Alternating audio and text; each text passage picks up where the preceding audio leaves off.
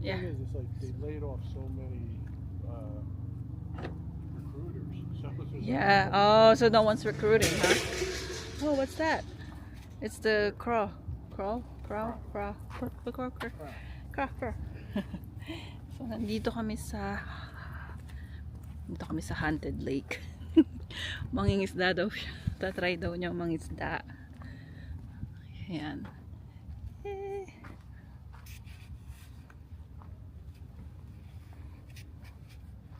So, hindi na nga pala ako nakakapag-post, no? Oh, hello nga pala sa inyong lahat. After 3 weeks nang hindi pagpo-post at puro pusa lang ang aking pinopost, naging busy ako sa pusa. Joke lang. Hindi, busy talaga ako sa work. And then after that, hindi na ako, parang alam mo yung passion mo na mag-vlog, parang wala na, parang ganun. So, welcome to our channel. So, yun nga, nasabi ko na minsan nagbabrowse ako sa Facebook and may makikita ako na mga vlogger na maraming viewers tapos tumigil mag-vlog. Tapos sabi ko, ba't kaya sila tumigil mag-vlog? Sayang naman yung hirap kasi kasi sa akin, pinaghirapan ko yung ma-monetize yung channel ko. So para sa akin parang ang hirap pakawalan. So nung nakikita ko yung mga vloggers na yung iba tumitigil, sabi ko, ba't kaya sila tumigil mag-vlog or mag-upload? Now naintindihan ko na. Naintindihan ko na kasi parang ang pagba-vlog is hindi naman full-time job but a part-time job na isa pang iisipin mo kung ano yung hindi naman iba-vlog for today kasi marami namang ganap sa buhay namin na pwede kong i-post and para mapakita sa inyo o makuhanan din ng aral or something. But then yung pag-e-edit niya, yung pag-e-edit ng video ang medyo mabusisi. Sa pag-e-edit ng video kasi pag duktong-duktungin ko lahat ng videos and then ika-cut ko siya, no, na yung mga walang kwenta, walang saysay, tinatanggal ko. Tapos uulitin ko ulit, tapos i-edit ko ulit siya kasi 'di ba minsan hindi natin pinapakita yung license plate ng sasakyan or nasaan kami, yung lugar mismo. So, parang sa akin naging burden na siya. So, this past few weeks, parang nawalan ako ng ganang mag-post. Nakabalik na nga yung nanay ko galing California. Hindi pa rin ako nakapag-post. Nawalan na akong ganang mag-post, kaya hindi ako nakakapag-upload. So, puro pusa lang. Kahit nga shorts, hindi ko na-upload yung mga kuha ko kay Kit. Kasi, i-edit ko siya, pag-iisipan ko. Tapos, parang walang passion. Parang ganun. So, yun na lang din ang yun ang sa akin kaya hindi ako nakapag-post. Naintindihan ko na yung ibang vlogger na minsan hindi sila talaga nagpo-post or nawawala na sila ng gana mag-post because sometimes busy sa life or nakakaubos oras yung pag-e-edit. So yun.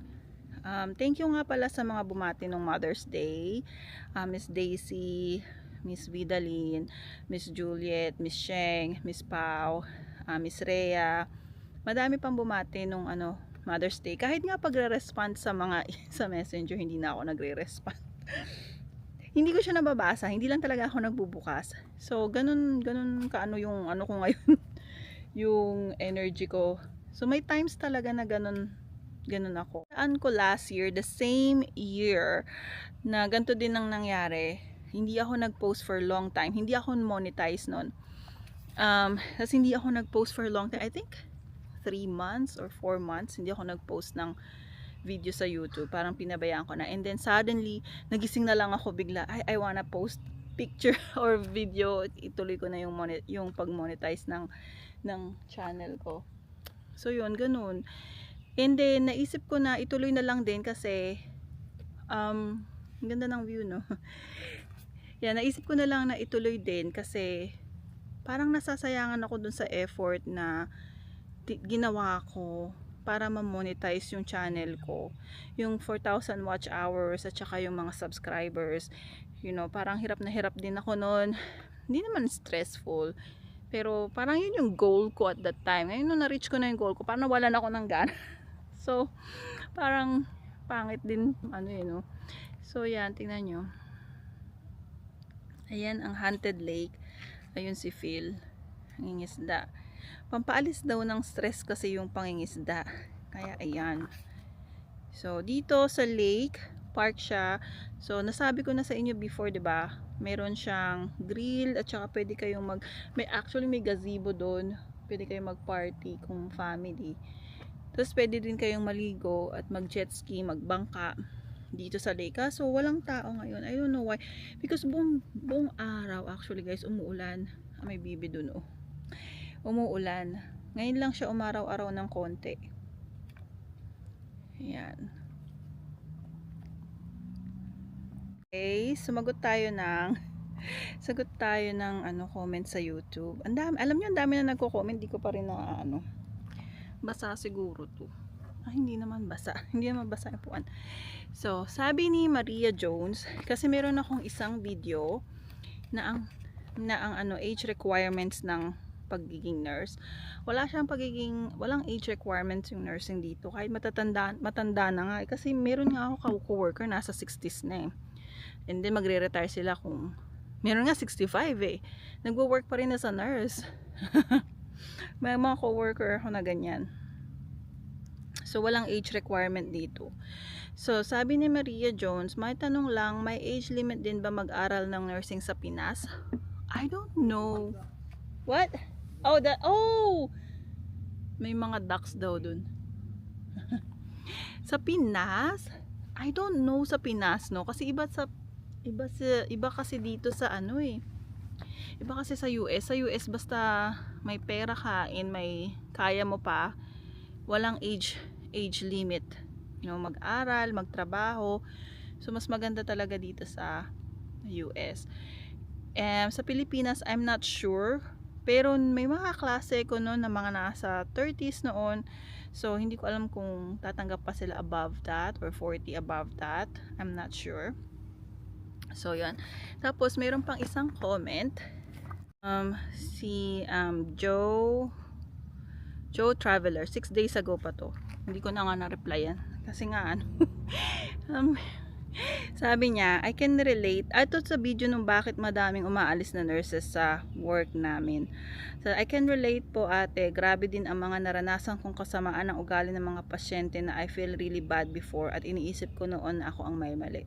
Eventually, na-realize ko na sila ang may mali dahil masamang ugali nila. Actually, may rainbow din. Ano ba yan? Bawat ko meron ako nakikita. Actually, yes. Minsan sasabihin nung mga just intindihin kasi may sakit sila or something, which is true. You know, you feel bad for them na may sakit sila, tapos kaya parang ang yung parang feel nila is we owe them something, na maging kind sa kanila dahil may sakit sila. Ganon yung iba. Tapos meron ding iba na ganon talaga sila, may ugali. But, you know what? I learned na meron akong isang pasyente dati. Hindi naman masama. Medyo may pagka nga din. Medyo maano yung ugali niya. Tapos yung asawa is mabait. Tapos sabi ng asawa, I'm so sorry. Sabi niya ganon. He wasn't like this before. Alert and oriented yung pasyente. So, alam niya yung ginagawa niya. Sabi nung asawa, I'm sorry, sabi niya, hindi daw siya ganyan dati nung hindi pa may sakit. So, parang naisip ko, siguro dahil nagko-contribute din yung sakit, kaya sila ganun, ang nila, papakikitungo sa tao. But we don't know unless we, maranasan natin yun. Maybe, kapag tayo naman ang may sakit, ganun din tayo. But, anyway, kasi sa Pilipinas, well, not in private, sa public hospital, yung mga tao is very understanding, very caring. Sa Pilipinas nandiyan palagi yung family to care for them. Dito kasi first time ko nung paglipat ko dito, nag-work ako akala ko yung family nagstay sa bedside. Nung nag-start na ako mag-work dito, hindi pala sila nag-stay sa bedside. Bihirang-bihira lang yung mga family na nag-stay sa bedside.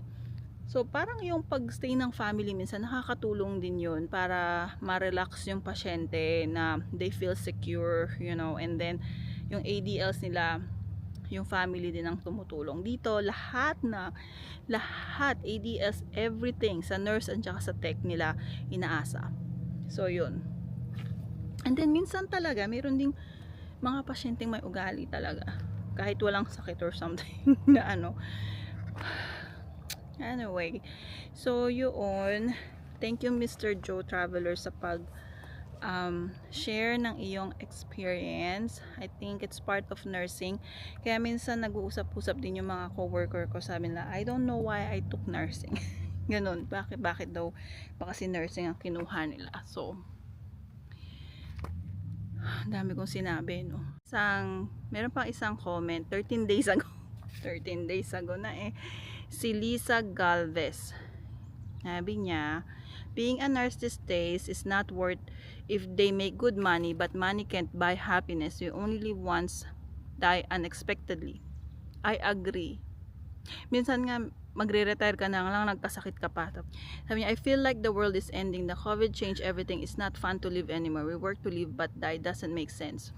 That's true. That's very true, you know. May ano din siya, sense din siya. I feel like the world is ending. We work to live but die. Yun nga din minsan naisip ko, kaya sabi ko, I don't wanna work. Nakikita ko yung mga co-worker ko, no. Nag-work sila until they're 60s, 65. I said, I don't wanna work until I'm 65 on this field. I don't think natatagal ako. So, sabi ko, I want to retire somewhere around 50, 55 that I don't want to work anymore sa field na kung nasan ako ngayon. You know, and then meron pa siyang isang comment, sabi niya, without $30 or more, with experience $50 or 100%, depende on your specialty. Some companies you get raise after 6 months or a year. I always ask wage raise and benefits. This day you pay for your benefits, companies doesn't. That's true. Traveling nurse is a good. They pay for your lodging. Move to Oregon, they pay more. So that's true. Actually, ang California, Oregon, Washington, you know, New York, and other part of, you know, US, mataas ang ano nila. Chicago, yan, malalaki ang ano nila, sahod nila kaysa sa ibang state. Yung pay namin is actually, they raised already. Ever since nandito ako, I think they already paid, nag-raise na kami ng, nakakuha na ako ng, ano na, I think $8 raise. So, 2 years pa lang ako dito. So, yun ang nakuha ko na dito. Yun yung ano nila. So, where I work is a good company actually. But, syempre may pagka-cheap na rin sila minsan.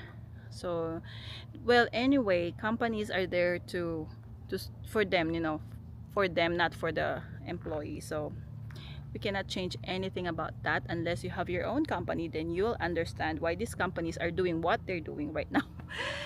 So, yun lang for today, guys. And thank you for still watching my vlog. I really appreciate it. And, yan. Again, nandito tayo sa Haunted Lake. So, malaki tong lake na to. You can exercise actually and walk around. Oh, wow. What is that? Babe! What is that? There. There. In the ground. It's a bird. Oh, okay. May blue hair. Wala ba akong naiwan doon? Ayan, oh. Andun siya kung nakikita niya. Naglalakad. So, yan. Kaya I wanna retire early too. So, ayan. So, thank you guys. See you sa next vlog. I'd have a lot of videos to post, but then I did not edit it yet. Baby, did you get anything? Any nibbles or anything?